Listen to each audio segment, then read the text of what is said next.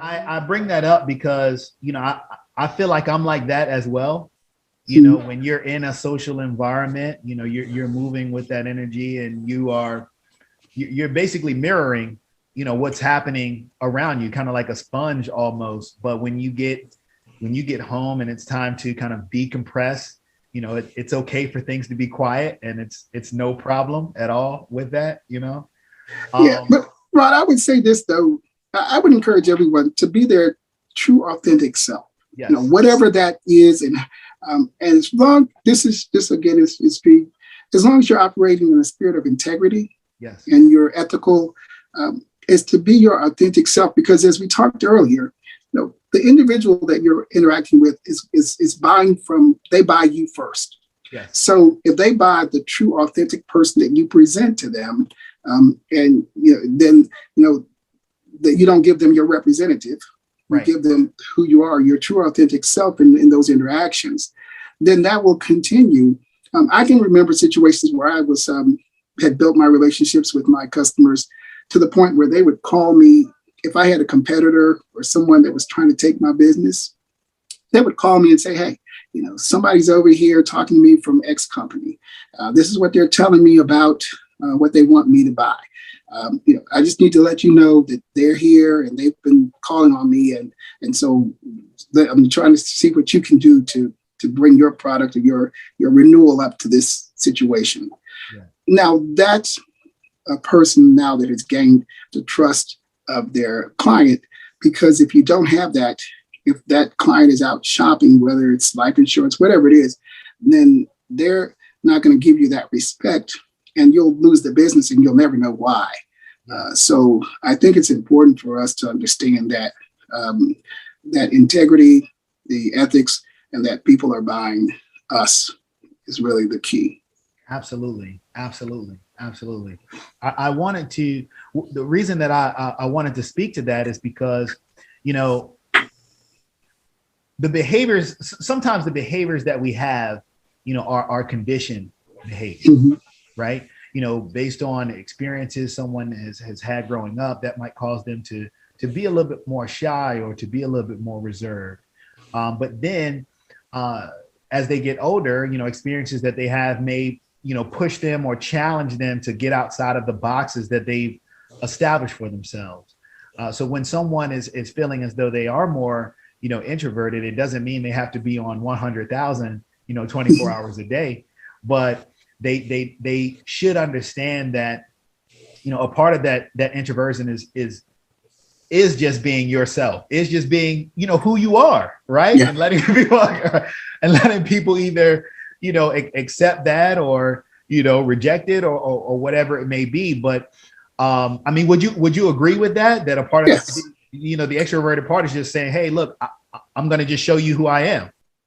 And that the risk that we take, and we keep bringing up risk. I know we're talking about insurance, so Yes, it's kind of right. it's interesting, but we always have to remember that you will be rejected. I mean, so you're not going to resonate with everyone, and so there will be those moments of rejection. Yes. And so, how do you handle rejection as a part of your being your true, authentic self, and working with a spirit of integrity and and being an ethical person? So, with that, we have to keep that in mind that there will be rejection. Even though I give you my authentic self, I'm not giving you my representative.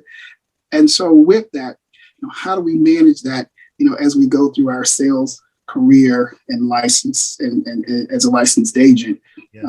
keeping that in the back of my mind that, okay, I didn't really connect with that person. There's more behind that probably than I'll ever know. But at the same time, I'm giving you who I am. Yeah. I gotta go. I gotta give you a super deep one, going before we get out of here. Okay. I Okay. gotta give you because we're talking about being authentic, we're talking about being ourselves, and we work in an industry where we're always the minority population, right? Mhm. In these environments, particularly on the corporate side of the house. Um, how do you navigate that? Because I know we all have our way to navigate that. How do you navigate that? So I've learned this thing recently, which I really am having to practice. it's called positive intent. So one of the things that I am learning now is that when someone responds to me, and it's something that could come across as being negative, or I could take it another way. I really have to kind of sit and say, what was the intent of that situation? Now, of course, being a man of color, and I've been in this industry, you've read, well over 20 years. And I've been the only one in some situations that showed up in the room. I was the only one that came to the customer to get them to close the deal. So I think it's, again, being your true, authentic self. And then the other part of that is that we know that there are dynamics that are in play, that some things are things that we can see, some things are hidden. They never really present to us. And so with that, it's about taking the rejection, as I mentioned earlier, and then moving on to the next situation, knowing that rejection could have been something personal, and sometimes it was very obvious. I had a situation where a person made it known to me that, oh, you have the prettiest white teeth. And so as I'm standing there, having that conversation with someone I'm trying to sell something to, it's okay. So what do I do with that?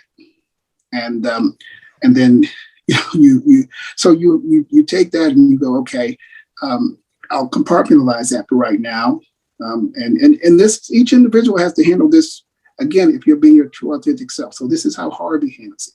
So someone listening to this may say, oh no, I wouldn't have handled that way. I would have, said something or done something.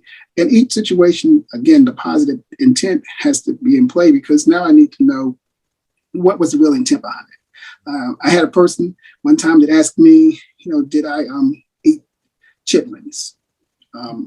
And my colleague that was with me was red in the face and didn't know how to respond. And my response was, oh yeah, we had a hog pen waiting. One day he was in the hog pen and the next day he was on the table. Now, my colleague was just didn't know what to do with that. But it's one of those things where you really have to be, comfortable, in that space where you are, knowing, and I think that person who asked me that was someone who enjoyed it and wanted to see if that was, if I did that. Whereas, the intent could have been something different in another interaction. So that's how I process all that throughout my career, even when I've had situations where I knew that I was passed over for promotions. But I always handle it with the spirit of integrity and authenticity. That's it. That's what it's all about. By the way, your dental hygiene game is impeccable. So if you meet Harvey, he does have a great smile and great teeth. Well, thank you. I appreciate it. But it's one of those things where, there are a lot of things that are said. We will encounter this. I mean, the space that we're in now and all of the stuff that's going on locally and in our country. So there will be an opportunity for something to be said or done. Now, what you do with that can either be a setup for you to move and grow from that and decide, I'm going to take this and be competitive and I'll win. And how we do our self-talk, I'm going to win. This is not going to be a setback for me. Or we can take that and use that negativity and let that be something that will set us back. So we really have to be intentional about moving forward. Absolutely. Bringing that positive energy and your true self. I think we have the title for this episode, by the way. So okay. Before we get out here, just a couple questions. At this point, in your life, in your career, what's the goal now? What's the dream for Harvey Chambers now? So the goal now is that, as I mentioned, I have a new position. I'm working with the company now. I'm going into management. And so it will be that identifying the individuals that report to me, helping them figure out if this is where they want to stay in this career that they're in, or then setting them up to go to the next place in their career. So it will be really sitting with each of my employees and saying, hey, where do you want to go? What do you want to do? And how can I help you get there? I'll show you everything that I have, everything that I've learned. If you're open to receiving this, and we'll help you grow to get to the next place. And as I mentioned earlier, if you say, I want to just stay in this role, then, we're fine with that as well. But I always will encourage in my new role and wherever I go, I encourage individuals to grow, no matter what your age is. Um, we still grow. We still have contributions and things that we bring to this world. And so gifts and talents that were given to us.